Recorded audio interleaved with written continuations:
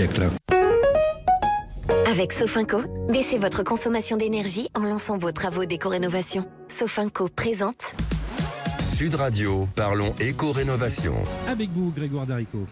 Et oui, aujourd'hui, on est en direct du salon de l'AMIF, l'association des maires d'Île-de-France, le grand rendez-vous des maires et des collectivités locales. Justement, Laurent Permas, bonjour. Quand on parle rénovation énergétique, on pense souvent à l'État, aux aides nationales ou aux artisans, mais rarement à sa mairie. Oui, bonjour Grégoire. Et oui, et pourtant, en fait, les communes jouent un rôle souvent sous-estimé et sans elles, en fait, beaucoup de projets de rénovation énergétique, mais aussi d'adaptation du logement pour le bien vieillir, ne verraient jamais le jour. Laurent, quel rôle peut concrètement jouer une mairie ? Déjà, c'est la grande proximité. On sait où se trouve sa mairie. Elle a un rôle d'information. Elle le fait déjà pour beaucoup d'autres services. Et puis, les aides, les démarches, les devis, les obligations liées au DPE, au diagnostic de performance énergétique ou à la location, beaucoup de propriétaires sont totalement perdus. Ouais. Et justement, la mairie peut être un très bon endroit et c'est un bon réflexe pour se rappeler que ce n'est pas un ministère, mais au contraire, que ça permet justement d'être très fluide et d'avoir des explications très simples, avec notamment les espaces conseils France Rénov qui sont souvent assez proches des mairies. Exactement, Laurent, les mairies proposent des permanences. Laurent, on parle beaucoup des aides nationales, à raison, on en a beaucoup parlé dans cette chronique, mais c'est vrai, Laurent, que les collectivités, elles peuvent aussi aider financièrement. Et alors ça, c'est le scoop, en fait, parce qu'on l'a totalement oublié, et les Français on entend souvent parler de MaPrimeRénov', ouais. MaPrimeAdapt', ou les certificats d'économie d'énergie, mais rarement le maire qui propose en fait un coup de pouce, et c'est au contraire des villes ou des départements proposent des aides complémentaires pour l'isolation, pour la rénovation globale, pour les copropriétés ou encore les sorties de passoires thermiques.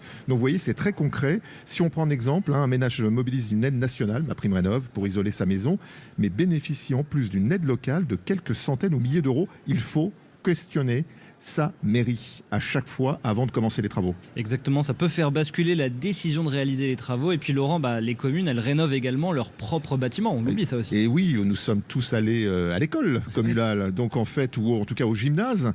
Elles sont propriétaires de milliers de bâtiments, écoles, mairies, salles des fêtes, là aussi pour les mariages. Et lorsqu'une école est mal isolée, moi je me rappelle, j'avais froid l'hiver, chaud l'été, consomme beaucoup trop d'énergie, ce sont justement des finances publiques qui en pâtissent, et les enfants que nous avons été subir justement l'inconfort.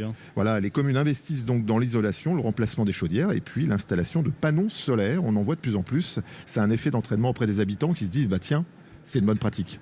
Je pense à mon fils aîné qui a passé la semaine dernière un après-midi torse nu dans sa classe tellement ils avaient chaud, m'a-t-il dit.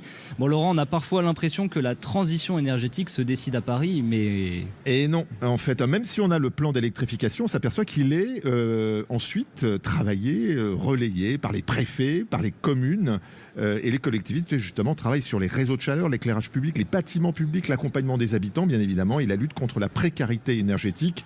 Autrement dit, la rénovation énergétique, c'est surtout pas une affaire individuelle, c'est un projet de territoire et nos maires le démontrent au quotidien. Et demain, les maires, justement, ils auront plus d'importance dans ce projet. Absolument, des objectifs de rénovation ambitieux que les habitants justement ont besoin en proximité. Et lorsqu'on veut rénover sa maison, on a besoin d'explications concrètes, de conseils d'accompagnement.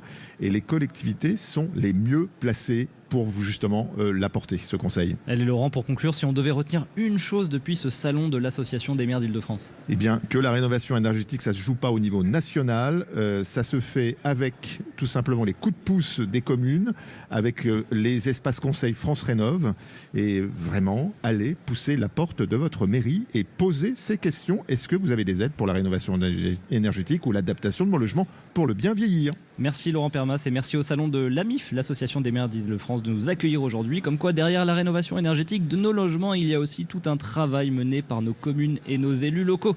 À la semaine prochaine sur Sud Radio. Sud Radio, parlons éco-rénovation. Avec Sofinco, lancez vos travaux d'éco-rénovation pour baisser votre consommation d'énergie.